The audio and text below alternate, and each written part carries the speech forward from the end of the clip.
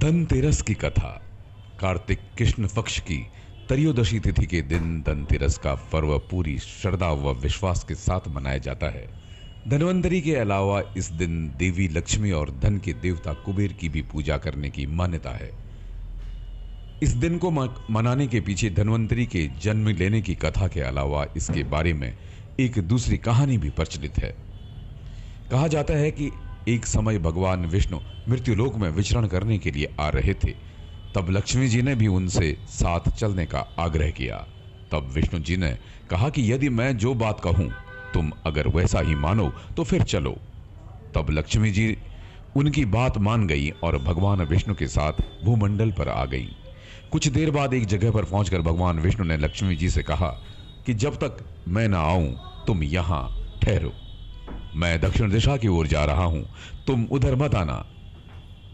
विष्णु जी के जाने पर लक्ष्मी जी के मन में कौतूहल जागा कि आखिर दक्षिण दिशा में ऐसा क्या रहस्य है जो मुझे मना किया गया है, और भगवान स्वयं चले गए।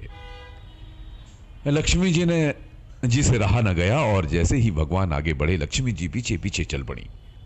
कुछ ही आगे जाने पर उन्हें सरसों का एक खेत दिखाई दिया जिसमें खूब फूल लगे थे।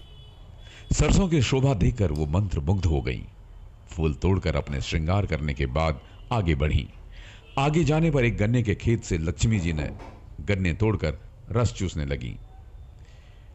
उसी क्षण विष्णु जी आए और ये देख लक्ष्मी जी पर नाराज होकर उन्हें शाप दे दिया कि मैंने तुम्हें इधर आने को मना किया था, पर तुम न मानी और किसान की चोरी का अपराध कर बैठी।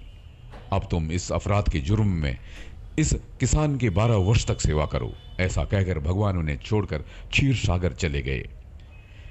तब लक्ष्मी जी ने उस गरीब किसान के घर में रहने का निर्णय लिया।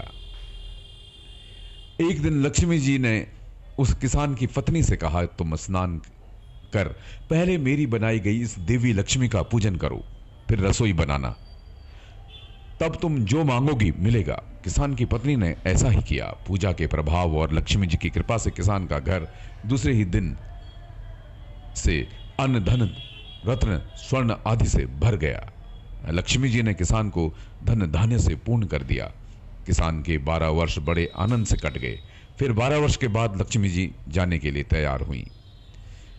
विष्णु जी लक्ष्मी जी को लेने आए तो किसान ने उन्हें भेजने से इनकार कर दिया। तब भगवान ने किसान से कहा कि इन्हें कौन जाने देता है, ये तो चंचला हैं, कहीं नहीं ठहरती, इनको बड़े बड़े नहीं रोक सके। इनको मेरा शाप था, इसलिए 12 वर्ष से तुम्हारी सेवा कर रही थी। तुम्हारी 12 वर्ष की सेवा का समय पूरा हो चुका है। किसान हठपूर्वक बोला कि नहीं, अब मैं लक्ष्मी जी को नहीं जाने दूंगा। तब लक्ष्मी जी ने कहा कि किसान, तुम मुझे रोकना चाहते हो तो जो मैं कहूं वैसा करो। कल तेरस है, तुम कल घर को लीप पोत कर स्वच्छ करना, रात्रि में घी का दीपक जलाकर रखना और सायंकाल मेरा पूजन करना और एक तांबे के कलश में रुपए भरकर मेरे लिए रखना। मैं उस कलश में निवास करूंगी, किंतु पूजा के समय मैं तुम्हें दिखाई नहीं दूंगी। इस एक दिन की पूजा से वर्ष भर मैं तुम्हारे घर से नहीं जाऊंगी। ये कहकर वो दीपकों के प्रकाश के साथ 10 दिशाओं में फैल गई। अगले दिन किसान ने लक्ष्मी जी के कथानुसार पूजन किया। उसका घर धन धान्य से पूर्ण हो गया। इसी वजह से हर वर्ष तेरस के दिन लक्ष्मी जी की पूजा होने लगी। धन्यवाद।